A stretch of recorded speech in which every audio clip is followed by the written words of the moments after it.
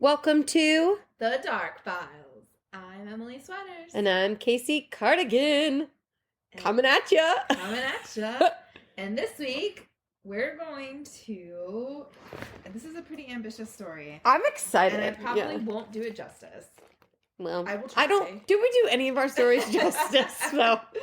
But we're going to talk about the murder of Jon Benet Ramsey. Okay. I picked this because she was actually killed on Christmas Day in 1996. I forgot she was killed on Christmas. Yep. So I thought, keeping with the spirit. Get into the holiday spirit, nothing like a Christmas spirit, like a murder. Yep, like a murder of a child. Okay, Jesus Christ. Let's do it. Yeah, I'm ready. Let's do it. Also, side note, I don't know if you noticed, but my light bulbs are on that chandelier. Oh. And I have no earthly idea how to change them. So my dad's going to come over sometime soon and help me. Oh, yeah. I think he maybe unscrew the bottom. I think you do too. But he's going to help me because one time I tried to dust that thing and it's a suspended chandelier and it almost came out the ceiling. And it's like a globe. I just leave it alone. Let's leave it. Yeah. Anyhow. My go-to is if Grandpa can't fix it, then no one can. Exactly. That's Just kidding. Then I go to professional help. Yeah. Grandpa can't fix it. So, this is a very well-known true crime case. Pretty much every podcast, YouTube channel that does true crime has covered it. Yeah. So again, I probably won't do it justice. There's a lot to it, but I'm going to try my best. As long as we blindly accuse somebody of crime, Yes. I think that's fine. I think, yep, we'll be fine. We'll be fine. Everybody else does it. Why Yeah. can't we? I'm going to go on record. Don't say anything. I feel like the brother did it. Yeah, I agree. But I don't know all the ins and outs. I Yes. just am guessing something. Yeah. Do you know much about the case? I know some about the case. Like, you'll probably say things, I'll be like, oh yeah, that sounds familiar. Mhm. But I have never really, researched. I just remember I've seen episodes of different TV shows and stuff. Mm-hmm. Sorry, that was my thing. Jon Benet Ramsey was a child beauty queen who was killed in her home in Boulder, Colorado on Christmas Day in 1996. Okay. Okay. So Jon Benet, which I'm just going to go ahead and say her parents should be accused of a crime for naming this child Jon Benet. I agree with that. So the dad's name was Jon Benet. That's how they got the name. Jon Benet. Is that her real name? Yeah. I've always wondered that. So her name is Jon Benet Patricia. The mom's name was Patricia. So she's named after both of her parents.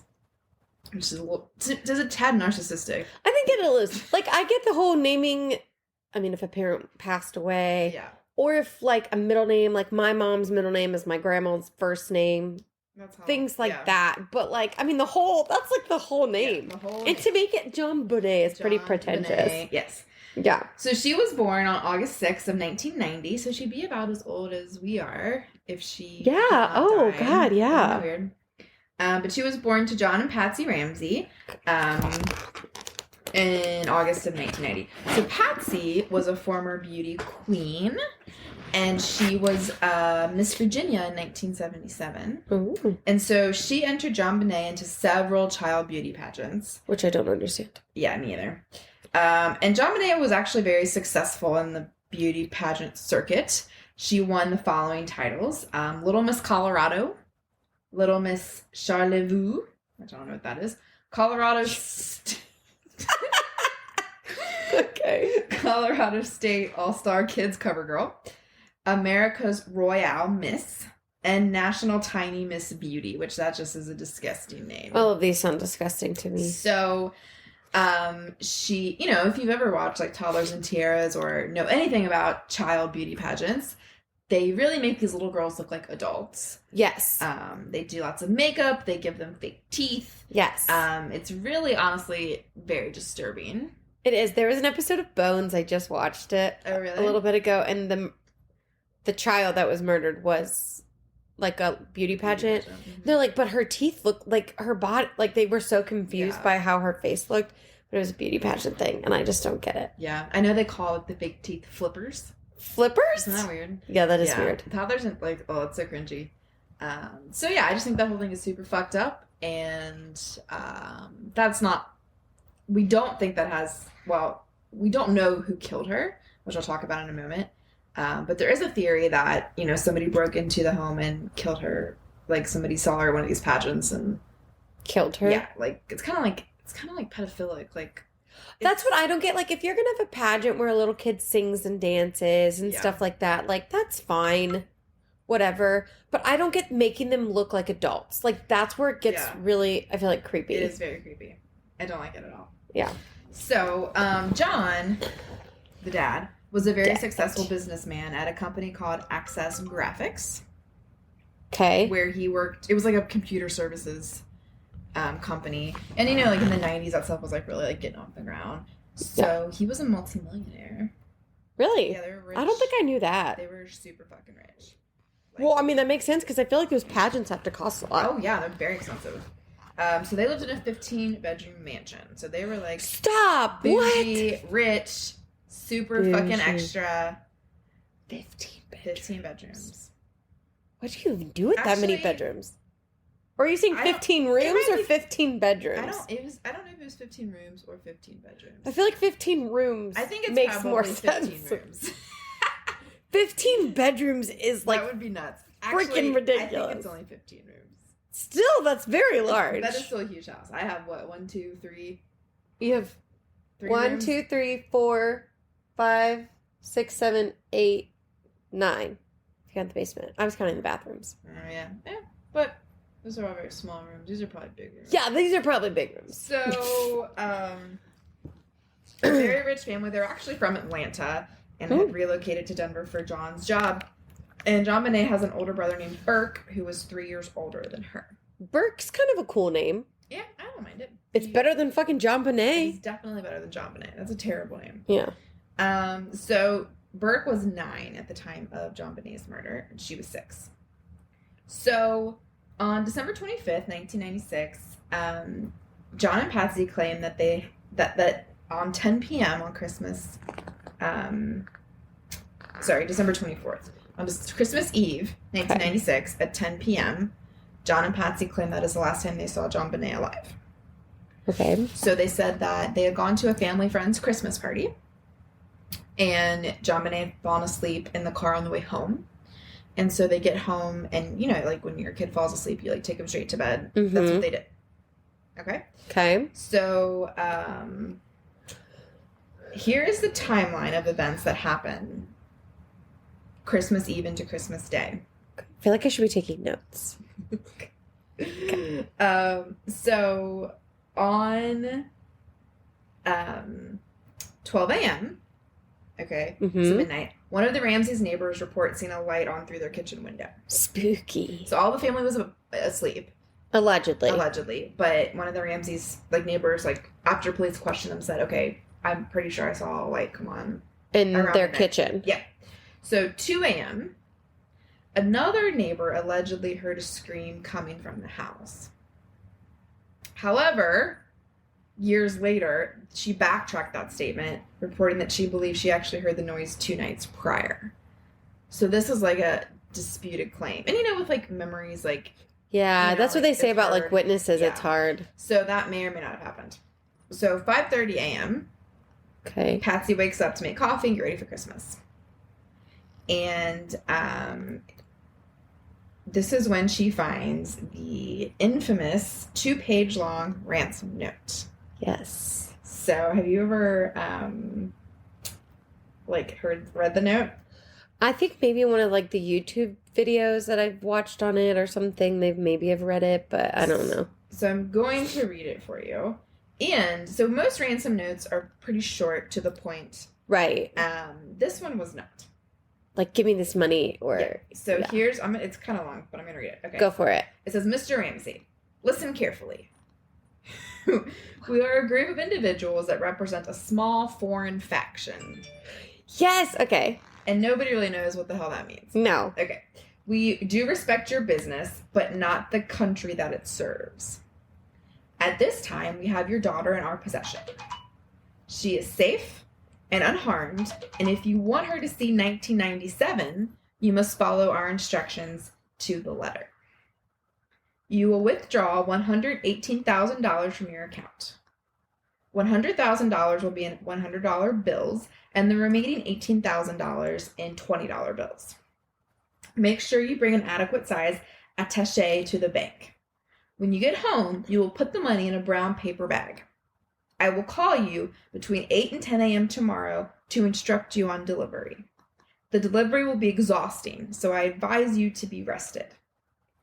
If we monitor you getting the money early, we might call you early to exchange an earlier delivery of the money, and hence an earlier delivery pickup of your daughter. Any deviation of my instructions will result in the immediate execution of your daughter. You will also be denied her remains for proper burial. The two gentlemen watching over your daughter do not particularly like you, so I advise you not to provoke them. Speaking to anyone about your situation, such as police, FBI, etc., will result in your daughter being beheaded. If we catch you talking to a stray dog, she dies. If you alert bank authorities, she dies. If the money is in any way marked or tampered with, she dies. You will be scanned for electronic devices, and if any are found, she dies. You can try to deceive us, but be warned that we are familiar with law enforcement countermeasures and tactics. You stand a 99% chance of killing your daughter if you try to outsmart us. Follow our instructions, and you stand a 100% chance of getting her back. You and your family are under constant scrutiny, as well as the authorities. Don't try to grow a brain, John. You are not the only fat cat around, so don't think that killing will be difficult. Don't underestimate us, John. Use that good Southern common sense of yours. It is up to you now, John. Victory. It's signed Victory ! And then the initials SBTC. And nobody to this day has been able to figure out what SBTC means or stands for. What a theatrical letter. Right? Sorry, my phone's been going off and put on silent. So Patsy says she wakes up. Oh, shit. We might have to do some editing. That's fine. Let them listen to the vase. For those of you wondering, the microphone's in the vase. On Emily's couch. Sorry, guys. Okay, guys, we did decide to edit, and so now we're back. Emily's in the middle of talking about the letter. Okay, so I just read the letter.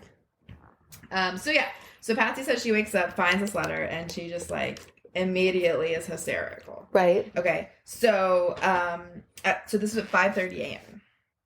5:45, she calls her family. So wait, where was the letter at? I think it was on their kitchen counter. Okay. You might have said that. I just got distracted. Okay. So at 5:45, Patsy calls family friends Fleet and Priscilla White, also terrible names, and John and Barbara Fernie, and tells them what's happened. So you call your family friends, but you don't call the cops? She calls the cops at 5:52. So at 5:30, she finds it. 5:45, she calls the friends. 5:52, she calls the police. Where's her husband? Did she not wake her husband up? Yeah, I think she did. Okay. But so 5:59, police arrive on the scene. So they got there pretty quick. 7 minutes. So from 6 to 8 a.m., four more officers arrive. Okay. Friends of the Ramseys also come to search the house, and victims advocates and crime scene investigators are also present. So wait, did you just say family and friends came to search the house? Yep. Family, friends, people in the neighborhood. So any source of evidence is now fucked. Yes. So this is why this case is so disputed, because all the DNA evidence was compromised. Because at first I thought it was a kidnapping. They thought that she wasn't there. So, I mean, I guess I can see it to some extent, but you would still think in a kidnapping you'd want to preserve any DNA. Yeah, because they would have had to get her from the house at some point. Right. Yeah. So at 8:10, the first detective arrives on the scene. Her name is Linda Arndt, and she does not secure the crime scene. So there's still people milling about. God, Linda. I know. Listen, Linda. So at 1 p.m., the police are saying okay, this is a kidnapping. They didn't withdraw the money. They didn't follow any of the instructions. Okay. So the police are saying they're going to wrap up and do one final search of the house. So these idiot police officers tell John and his buddy Fleet White, they're like, hey, help us. This is a huge house. So 1:05, John and Fleet find Jon Benet's body in a spare bedroom in the basement near the wine cellar. Maybe it was a 15-bedroom house, Emily. Maybe it was. She has a skull fracture and has been strangled. Her mouth and neck are bound with duct tape, which the investigators remove. more DNA compromisation. And nobody noticed her on the first sweep of the house? I guess not. And then they move her body to the living room. So again, they move the body. Jesus Christ, Emily! I didn't realize all of this. Yeah. So at 1:30. Murder 101. Yeah, you just leave it all alone. At 1:30, more police arrive and search the basement and the wine cellar for further clues, and they finally secure the crime scene. So definitely entirely. Wasn't Linda. Linda did not do her job. No. So, I don't know if I remember it being a kid. Jon Benet, like, was all over the tabloids, all over the world was just, like, very interested in this case. And I think it's because it was a very pretty little girl, white girl, from a very rich family. Yeah. And there was just a lot of stuff about it that didn't really add up or make a whole lot of sense. Yeah. So, I remember it growing up, like seeing it on the tabloids. Yeah. Maybe not exactly when I was 5, because we would have been 5, right? Well, I remember or asking 6. my mom, because see the tabloids like when you're at the grocery store, and I asked my mom, and she told me, like, I knew about it, but a lot of people thought that John and Patsy were guilty. The way they acted was kind of odd. Yeah. But, like, when people say that, I always have mixed feelings because you don't know how you're going to act when something like that happens. That's true. Like, I can't, like, you don't know how you're going to act. You really don't. And any situation can affect you differently. Mm-hmm. So, I get that. And the kidnapping and loss of a child, like, I can't imagine how that would be. But, yeah. Yeah. So, I do think not securing the crime scene is a big mistake. So that was that, and that has been like such a point of, because at first they exonerated the family, like saying there's no DNA, but then DNA evidence to like convict them, but then they went back and they're saying, well, we can't really determine that. Yeah, because how we can let you guys move the body. Yeah, You've got like, so there are two main theories as to who killed Jon Benet, and again to this day this is unsolved. So it's still a cold case. It's an active cold case in Boulder, Colorado. And it still is active? Yep. And apparently people are still like... Oh, I bet. It's probably more famous now than ever. So there's two main theories as to who killed Jon Benet. So either a family member or an intruder. Okay. So first I'm going to talk about the family member theories. So from the beginning, again, the media really scrutinized John and Patsy and cast them in a very negative light. And there's a lot of weird things that don't quite add up. Okay. So one of them is that when the police arrived Christmas morning, Patsy was wearing the same clothes that she had worn to the Christmas party the night before. Okay. So she said she just freaked out and put on the, first thing she saw, like when she was getting dressed, which maybe that's true, maybe that's not. I wasn't there. I don't know. But what I do know... So she put on clothes before the cops came? Yeah. And she was wearing this... That's what she said. She was wearing the same outfit she wore to the Christmas party. So that'd be like... So they're saying that she potentially stayed up all night and didn't go to sleep. Didn't go to sleep and didn't change her clothes. I mean, I get that, but I also 100% have thrown clothes on the floor and put on the exact same outfit the next day. Think about what this bougie lady would wear to a Christmas party... Probably is different than what I would wear out to a bar. Fair point. It could have happened, but that was one odd thing that stood out to people, that they were like, She had the exact same clothes on. That is, yeah. So, also, have you heard about the pineapple? There's lots of... Okay, I feel like, no. I've heard about it, but I don't know what it is. So, Jon Benet had undigested pineapple in her stomach when they did her autopsy. So if you have undigested food in your stomach, that means you've eaten it pretty soon before you died. Oh, okay. So there was a bowl. So when they got there Christmas morning, there was a bowl of pineapple on the kitchen counter. And when they dusted it for fingerprints, it had Burke and Patsy's fingerprints on it, not Jon Benet's. Okay. So this goes against, though, their story that she fell asleep at 10 o'clock and they just put her to bed. Because she wouldn't have had pineapple. Yes. And it's doubtful that the kidnappers would have fed her pineapple. So, But it could be that she got up in the middle of the night and had a pineapple. But, so yeah, and then there's, like, you could watch, there's so many, like, articles and videos about this. So some people think that she, like, reached into the bowl. Yeah, you could easily just reach in and not touch the bowl. So, that's also odd, right? And there's concerns about the ransom note, which is written on a pad of paper from their house. Yeah, that's odd. Yeah. And the note is, there's also weird things about the note. So first of all, $118,000, which is the amount that they requested, was the exact amount of Jon's bonus that year, his Christmas bonus. Okay. So that's weird. Yeah. So it made some people think perhaps... Unless if it was like somebody who really was out to get him, would know that. Yeah. Or somebody that worked with him or whatever. So also, the ransom note is very weird. Okay. It doesn't make any sense. Yeah. And why would they write it if they killed her and left her in the basement? Because they still wanted the money anyway? Maybe, but like, wouldn't you just take her and kill her elsewhere and not leave her at the house? No, agreed. So... Yeah, why would you put her in the basement? Yeah. So it just doesn't add up. There's a lot of stuff that they said that really doesn't make sense. So, then there's the Burke theory. Yeah. Which is the brother.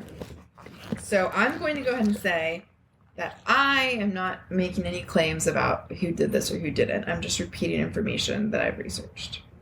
Fine. Because the Ramsey family is a little sue heavy, and I'm not trying to get sued. Are they sue heavy? Not sue heavy. They've sued people for making this claim. Okay, well then maybe let's not directly make the claim. We are not making the claim. Yeah. We don't make any claims, people. So... Hold your flippers. Hold your flippers. That should be the name of that episode. That should be the name of the episode. Hold your flippers. Hold your flippers. So here's the Burke theory. Okay. And if you are interested, there is a very ridiculous documentary series that was on CBS in 2016. Huh. And I think it's called, I don't know, remember what it was called. Hold on. Was it called Hold Your Flippers? It's called Hold Your Flippers. I did not know that's what the name of fake teeth were called. Yeah. Is it just pageant fake teeth? Yeah, I think so. So it was called The Case of Jon Benet Ramsey. Real original title. Love it. And basically, it's really like dramatic, I think. They like recreate this.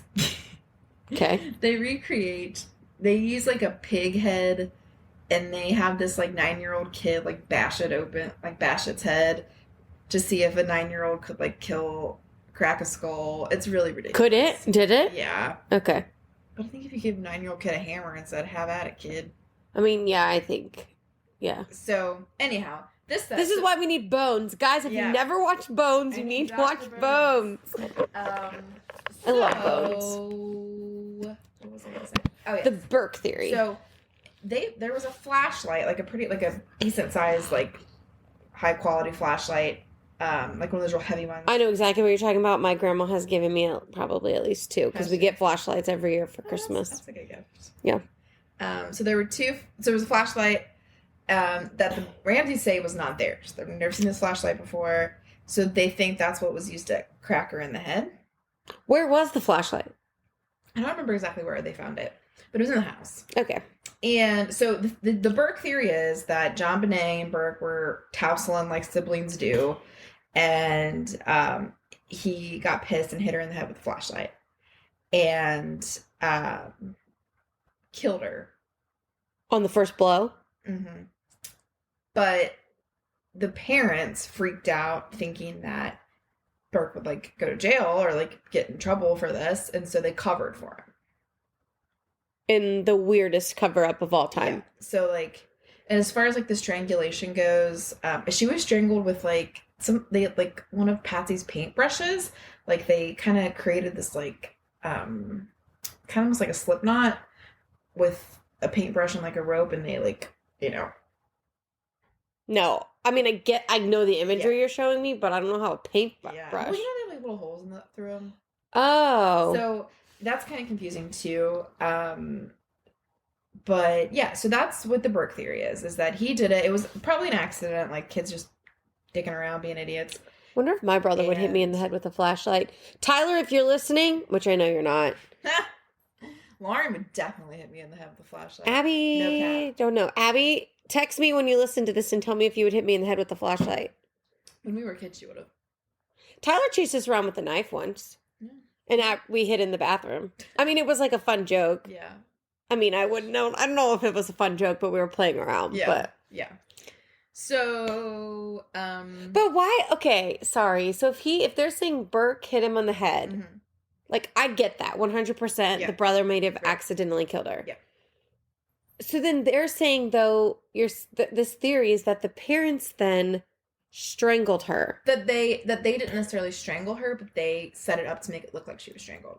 Well, you would have had to have done something to put marks on her. They would have had to strangle her body. Which is so fucked up. So that's a theory, and it's not proven. None of this shit is proven. But Burke... Right? Ramsey family? We're not saying anything. Burke sued CBS, and they won.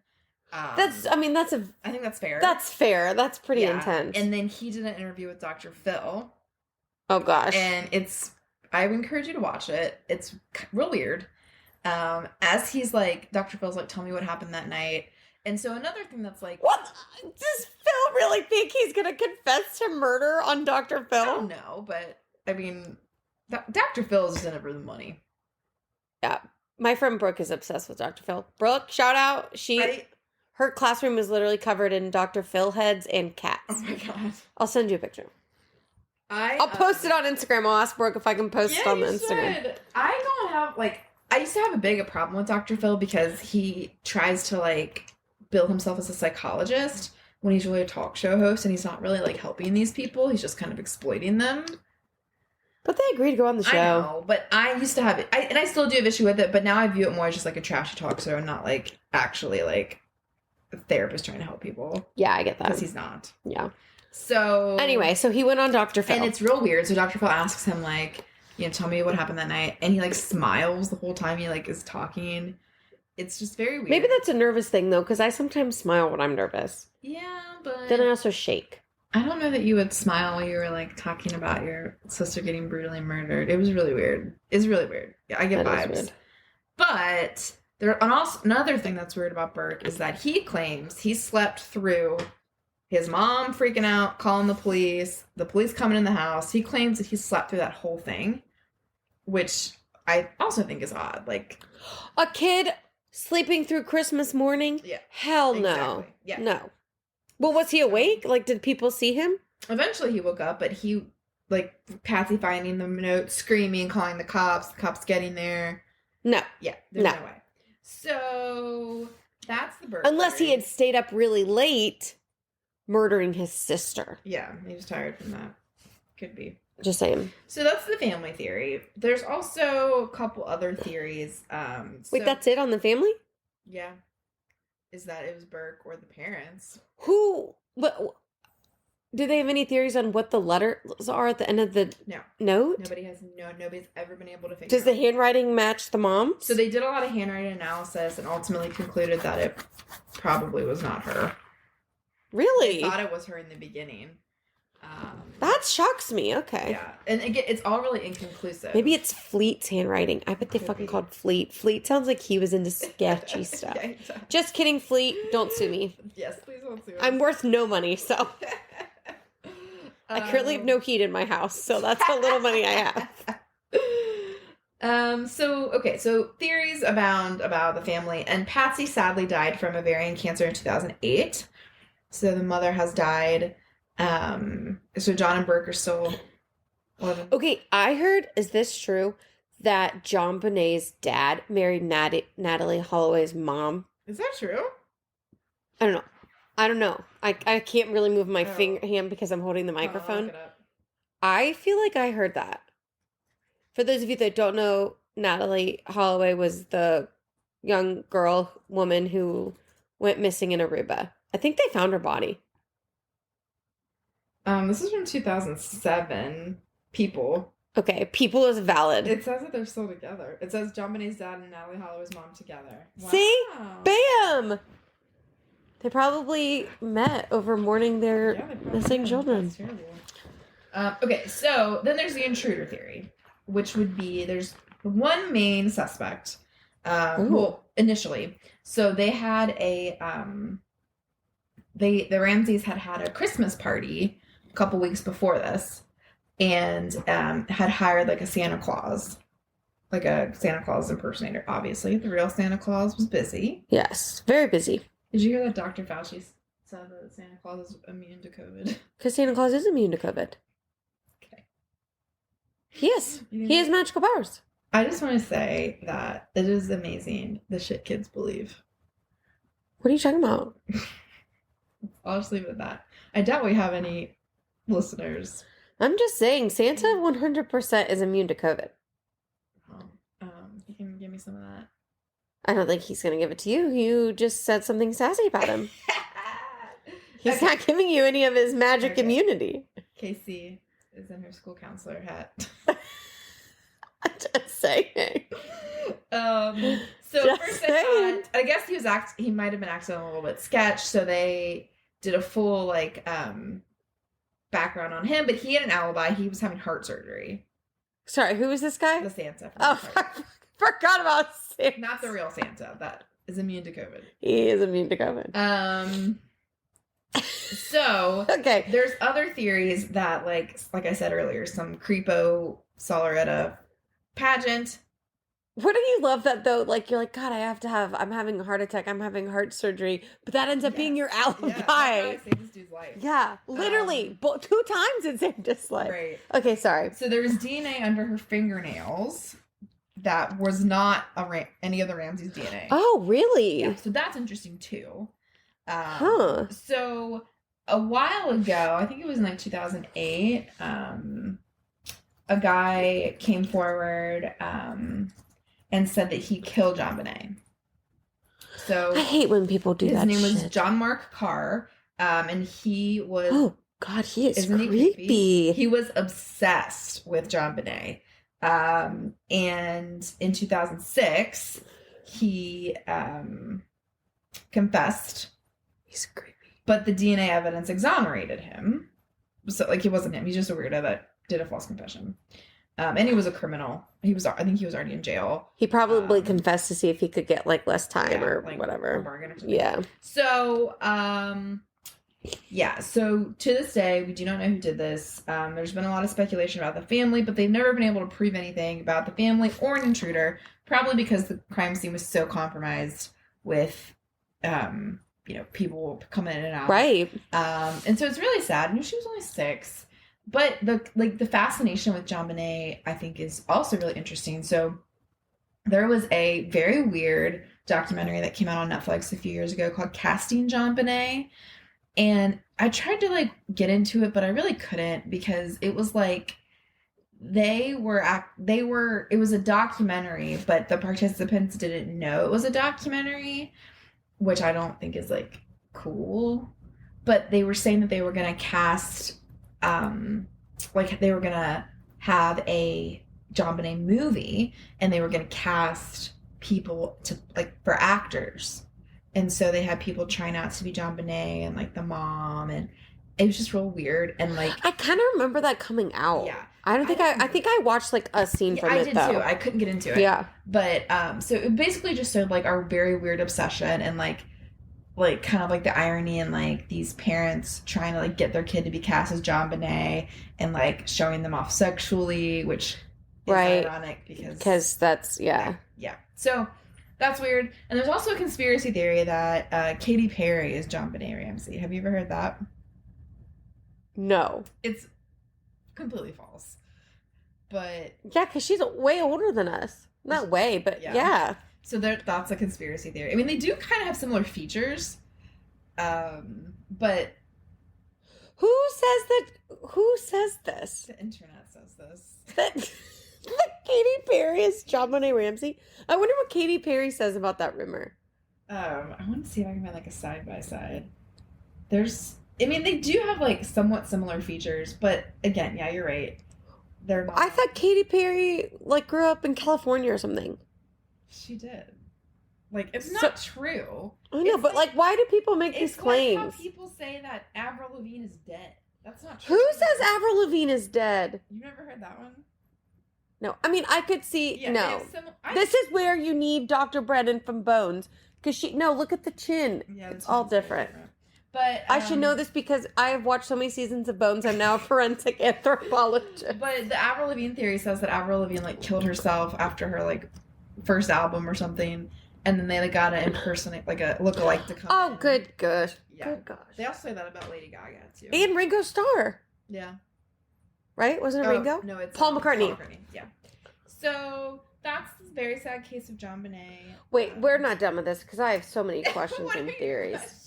Well, okay, let's discuss, Emily. Okay. Who could have done it? I mean, I honestly think the strongest theory is Burke. Yeah, but who was the skin underneath her fingernails? I don't know. And that could have been maybe she was playing with some kid at a party and they were wrestling and... No, I feel like that would have come out, though. I mean, maybe. Because if, like, don't you remember, like, parents' Christmas party? I don't know if my parents had, like, parties and stuff, like... Mm-hmm. You would know if your kid came home with scratches. But maybe not necessarily scratches. Like, I think even if I go like this, I'm like lightly scratching myself, listeners. There's still DNA there. Like, I don't think you have to leave a mark. I don't know. I see where you're coming from with that. No, I think the Burke one is a likely scenario. Yeah. But, I mean, it's so like, and I think this is why people get so obsessed with this case because... That kidnapping note is so weird. Yeah. The note's really what I think is bizarre. That, like, the pineapple thing, I'm like, she could have woken up in the middle of the night and gone to get a piece of pineapple, and then the kidnapper took her. Yeah. And pineapple was, like, apparently her favorite snack. Right. I was just thinking, should I have bowls? Like, do you put pineapple in bowls and just leave it out in the open? I have never... I'm like, why wasn't it in the fridge? I don't buy pineapple. I don't either, because I get so many canker sores. Oh, yeah. But when I eat, sorry, TMI to everybody that's listening, but whatever. That's why I buy pineapples. So I'm putting in a drink. But okay, I just don't understand these theories. Like, yeah. So I gotta tell you my sources, of course, because I always forget. Oh yeah. So let's hear them. Wikipedia. Wiki. I cited an article from CNN.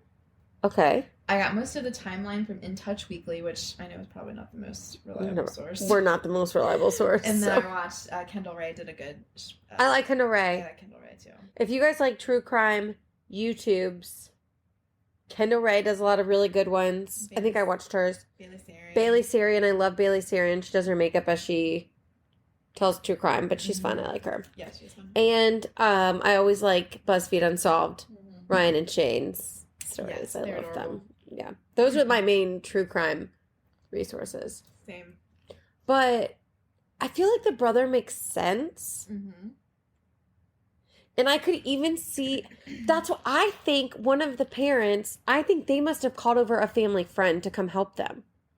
Probably one of those weirdos. Because, like, who else, you know what I mean? Like, the note. I will tell any of my friends, if you ever find a dead kid, don't call me. Don't call me. Call the cops.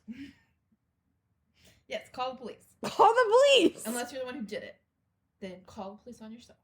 Yeah. Bottom line is, if you find a dead body, call the police. Call your lawyer and call the police. Okay, if you did it. Even if you didn't do it. Call a lawyer. Yes. Then I don't have a lawyer on retainer. Sarah. Just call me, I'll call Sarah. Okay, I'll call you. You cost if I ever find a dead body. That's true. I always wonder that, as everyone now knows, I've been watching Bones, and they bring these these people in for questioning. Never go into a police interrogation room without a lawyer. But none of the TV shows would make sense, though, if they didn't have people come in for questioning. You have to have it for the TV show. You can go in for questioning, but your lawyer needs to be present. Okay. Because hey guys, some cops suck. Yeah, some cops do suck. They're like, oh, look at this person. She fits the bill. She had a pineapple. Exactly. So even if you're innocent, you never talk to a cop without a lawyer present. Because they will fuck you over and twist your words around. Ask little baby Brendan Dassey for Making a Murderer. See, can I true confession? Yeah. I still haven't watched it. I know. So good. I know. Also, I think you need to play your hot or not true crime on our Instagram. Okay. I'll do that. I think you should do it. Okay. So on my personal Insta, I haven't done it this week.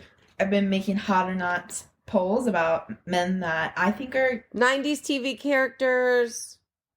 Well, no, okay. 90s old men TV characters. Ray Romano was hot. I maintain that. No.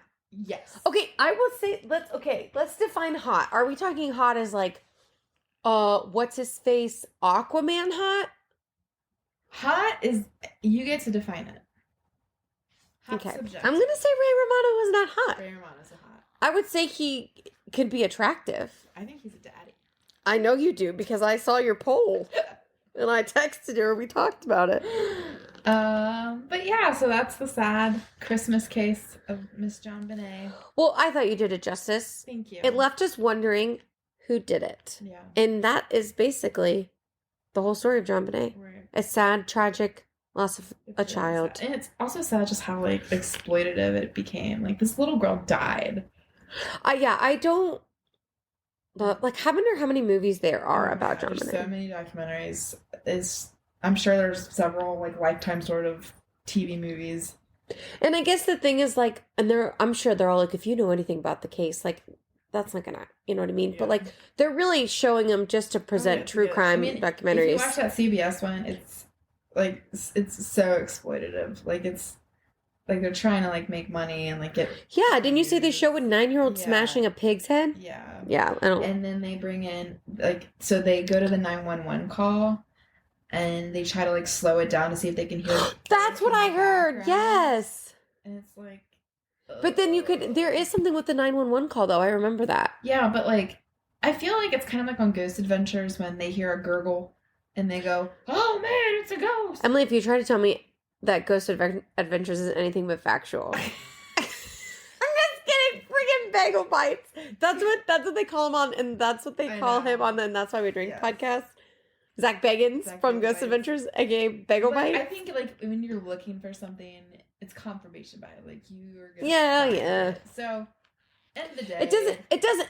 No matter what they find, unless somebody has a confession, it sounds like there's no evidence on this case. There's not. I mean, they fucked it all up the minute she called her friends before she called. Like from the minute she found that note, everything got fucked. Yeah, because she touched it. I'm sure, which you could even exclude. Guys, let's go over this again. If you find a body or get a ransom note, touch it. Don't touch it. I think you can check their pulse to make sure they're dead, but then back the fuck away. See, that's my thing with the brother theory. Is like if you had one hit on the head, would she have been dead with one blow?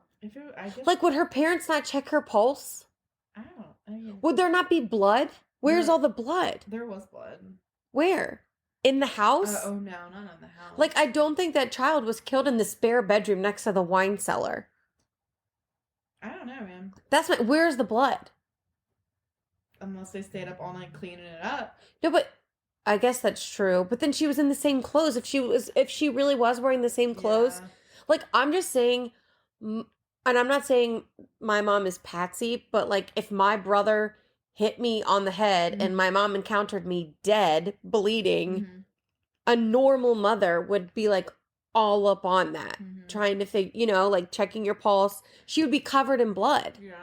I mean, she would not be able to be in the same outfit that she wore to the Christmas party. Unless she was in pajamas and then threw away the pajama. Like, that doesn't make sense. My thing is, I could see this kind of family going to great lengths to try to protect, like, their name. Like, not wanting Burke to, like... Yeah, but I'm just, like... I get the protecting, but, like, at some point, your instinct as a parent, I would hope, would kick in. Like, can you tell me that your mother, Ellen, if she saw you dead on the floor... We have good moms. You have to remember that some people aren't good parents. Yeah, but if you see a child that's bleeding... To be really honest with you, I am no longer surprised when I hear people... I know you have... terrible things. Just because of my job, right? Yeah. But, like, I mean... if our moms found us like that, they of course would, but like, not everybody's like that. Some people. I'm not even saying like going and hugging them. I'm just saying like they would have to move the body unless it was very obvious that she was dead. Like yeah, that like. But yeah, I mean, but again, like this is just a theory. I know, but this is like a big theory, and I'm thinking about it because I've never really considered it. And I'm like, they would have to move her body. Yeah, yeah. There would have been blood. Like, you can't bash I don't know how you bash somebody's head in with no blood. I don't know. Do you? Unless it was all... Unless it was blunt force. And, like, he might not have even broken skin. It might have just been, like... Like, if you fall... Like, when you hit your head, you don't bleed, always. It could be just, like, a contusion, like a bruise. Yeah, but you also don't die when you hit your head. But I don't even know if you hit somebody in the head, it might not break the skin. It might just be, like, that blunt force. This is when I wish we were crime scene investigators. I know, we're not qualified. Okay, if anybody is qualified, way more than we are. But, Emily, that was a really good one. Yeah, I was I was like, I want to do it, but it's like big hitter because it's very, very popular. But yeah, I encourage you guys to like do your own research on it. And I think the fascinating thing why people are so fascinated about the Ramsey case is because there is so much mystery. Yeah. In theory, there's so many different like, look, I just went on a tangent for like 5 minutes. Yeah. But like, and that's the thing about this case is like, there's so many theories, like you said, but there's no proof. So you can like get into a rabbit hole real quick because you don't have any like actual... And I love jumping down rabbit holes and going down theories that don't make any sense. But it really is like it's very sad. And it's sad that Patsy died of ovarian cancer. Yeah, that's just like a sad family. Yeah, well, clearly the dad found love again. Yeah, not all Natalie Holloway's mom. Which is just bananas to me. Mm-hmm. But anyway, hopefully Burke's doing well. I mean, I would hope that if he did accidentally kill his sister, like, he can move on from that. Yeah. And, you know, even if he didn't, that's still going to fuck you up that your little sister was murdered in your house. People across the world think he murdered somebody. I mean, think about that. I would change my name. Like, and again, like, we have no evidence. If he didn't do it, how fucking terrible that... Yeah. Everybody pretty much thinks he does. And then to show a video of a 9-year-old killing a pig. Barb, this stuff is crazy. Barb and I have had a lot of eye contact today. Yeah, she's being good. Yeah, she hasn't attacked me yet. So that's good. I speak. Now she's up. It's like she hears the call. Okay, guys. Well, thanks for listening. We're back. I have no idea what I'm doing next week. Okay. Oh, no, I do know. I put a poll on my Instagram. Yes. And not going to lie to you guys, I had a few beverages, so I don't exactly remember what the answers were, but I think the answer was Body Farms. That sounds right. That sounds right. That's what I voted for. That's Body Farms? Yeah. I think it was like Body Farms 100%. So I'm going to figure out what a body farm is and then research it. That's about it. Cool. All right, Emily. So for our very famous case of Jon Benet Ramsey. Case isn't closed. But we can say it is. But we can say it is. Okay. So, case closed. Closed. Do-do-do-do.